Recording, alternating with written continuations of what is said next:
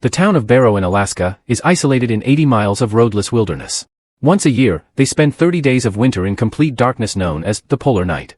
Near this town, the stranger arrives on a boat, and after staring at a creepy ship in the distance, he makes his way to Barrow.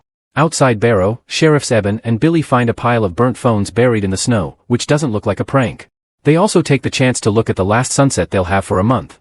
In town, people are getting ready to either hibernate or leave on the next plane. Since everyone is so busy, they don't notice a mysterious figure sneaking into the local kennel and killing all the snow dogs in it. Back to the sheriffs, they stop to check on Bo, whose bulldozer is leaking gas all over the snow. Eben is in the middle of finding him when they get a radio message reporting the death of the dogs.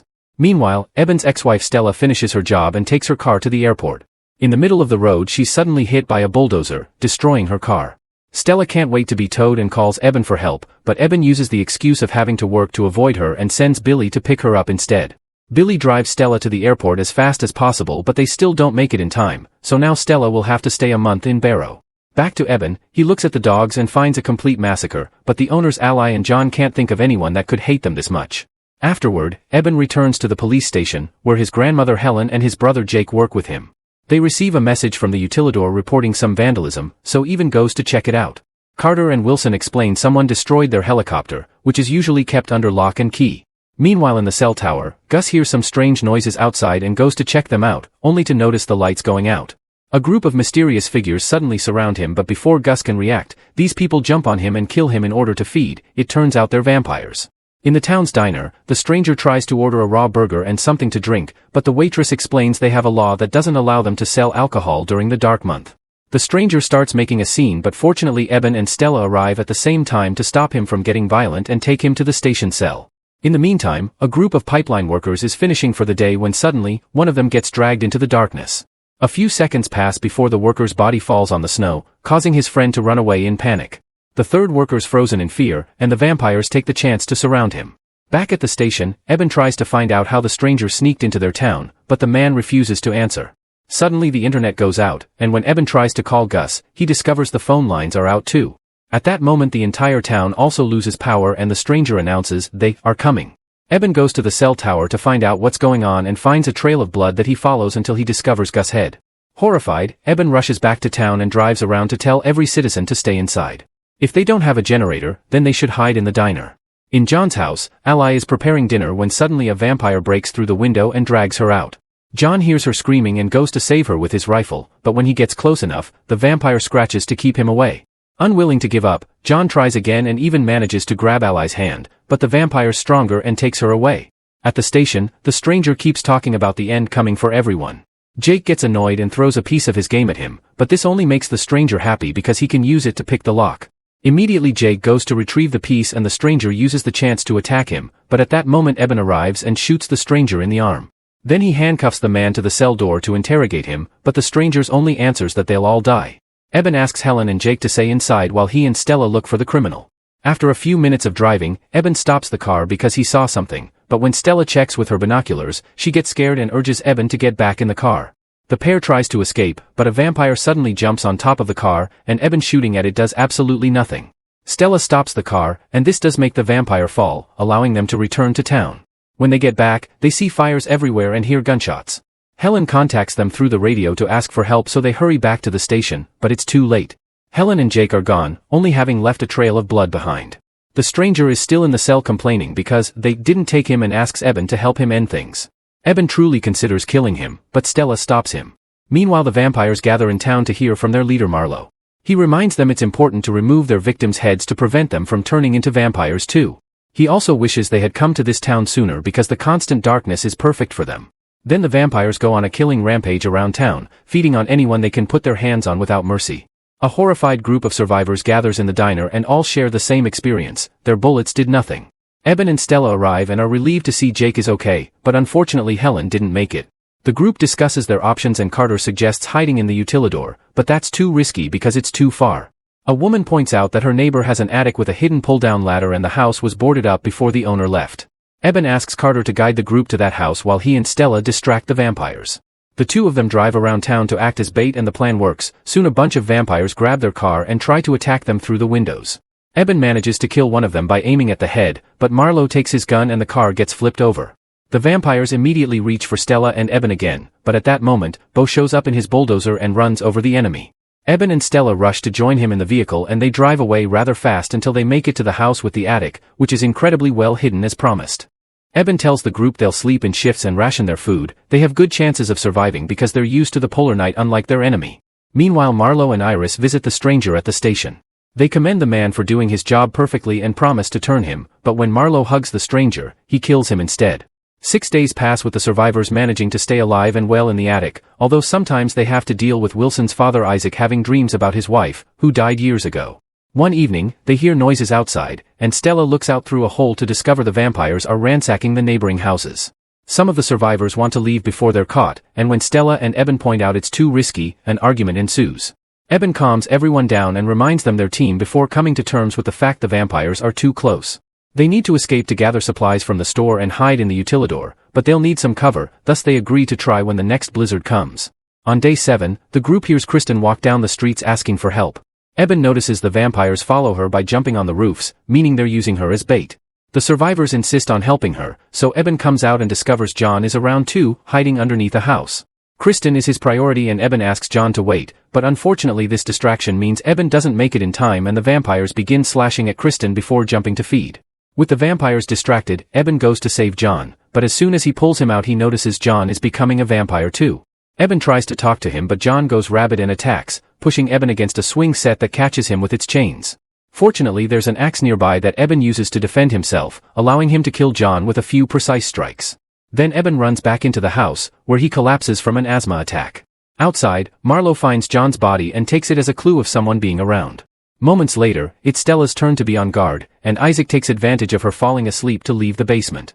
Stella and Wilson hear the door and immediately go after him, convincing him trying to walk to the city is a terrible idea. Isaac cries as he thinks his wife won't survive and goes to the bathroom. However, seconds later they hear a noise and discover the door's locked. Wilson picks the lock and they discover Isaac has escaped through the window, so Wilson goes after him and pushes Stella away when she tries to stop him. Eben hears the commotion and comes down to check on Stella, but at that moment, a vampire enters the house and they hide in the bathroom. The vampire looks around the house and approaches the bathroom door, but when he's about to open it, he hears Wilson calling for his father outside and decides to go after him instead. While Wilson gets killed, Eben and Stella run back to the attic, feeling guilty for abandoning their friend. Suddenly thumping noises can be heard from the roof. Eben looks through the window and confirms not only that the vampires are gone, but that it's also snowing heavily. Using the wind and snow as cover, the survivors go to the local store to gather as many supplies as they can carry. Suddenly they hear a noise and to their horror, they find a vampire girl feeding on a body. The survivors run to find Eben, but when he comes closer with his axe, the girl's gone. Eben keeps looking around, and the girl comes out of the shadows to attack him, making him drop the axe. The rest of the group quickly comes to help him, grabbing the girl together and pinning her against the wall in order for Jake to kill her with the axe, a task that leaves him deeply traumatized. The survivors get ready to leave, but they discover it stopped snowing, so they'll have to wait inside the store for another blizzard. On day 18, Eben points out they need to leave because the vampires will soon reach this area. The utilidor is still too far to reach without cover, thus they agree to go to the police station, but they need a distraction. They realize the vampires sent the stranger to cut communications off early on because they couldn't come out during the day, and Eben remembers Helen had UV lights for his plants in her house, so he'll fight the vampires with those while the others run away. Eben runs out of the building making noise on purpose to get the vampires' attention, however one of the creatures goes after the fleeing group and jumps on one of the survivors. The group has no choice but to leave him behind as they escape, safely making it to the station. The vampires surround Helen's house and Marlow allows Iris to go first, but as soon as she steps inside, Eben receives her with the glowing UV light. Iris falls on the snow as half her body burns and the vampires go to shut down the generator to turn off the lights. Eben runs through the back door while he keeps his group updated through the walkie-talkies, so Bo tells him to run to Rogers Avenue. Marlow sees Iris suffering and gets her permission to feed on her so she can die in peace. The other vampires follow Eben only to suddenly be run over by Bo driving a ditch driller. He shoots all the ones that try to jump on the vehicle, but soon there are too many of them and Bo decides to crash the driller into a building.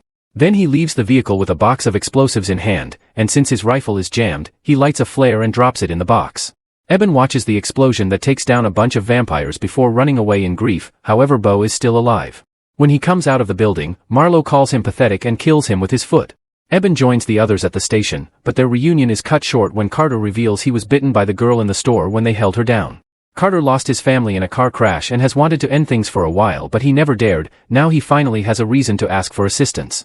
Eben hates to do this but knows it's for the sake of their own safety, so he takes Carter into another room to kill him while everyone hears.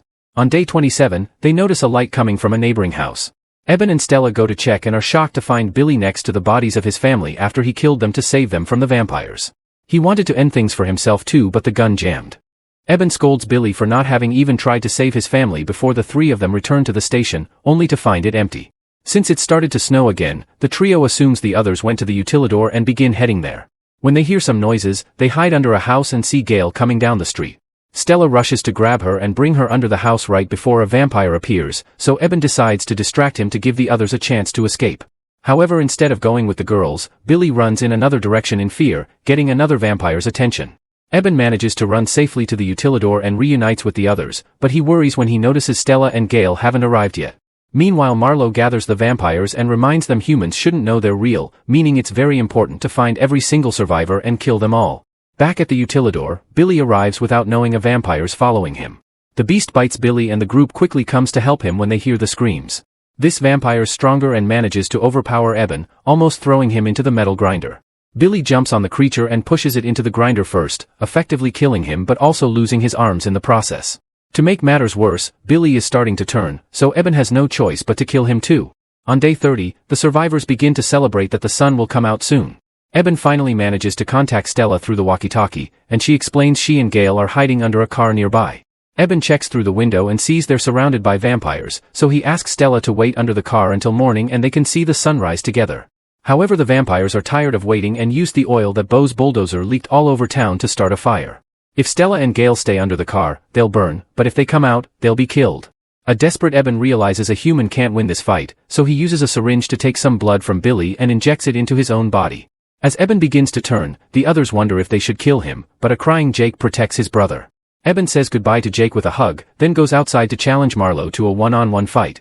Marlow accepts and begins beating Eben up easily, but this distraction gives Stella and Gale the chance to escape.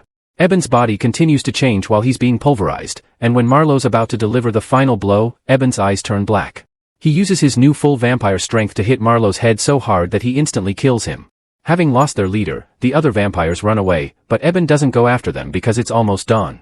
Stella realizes the sunlight will affect Eben too, so she takes him to the top of the hill.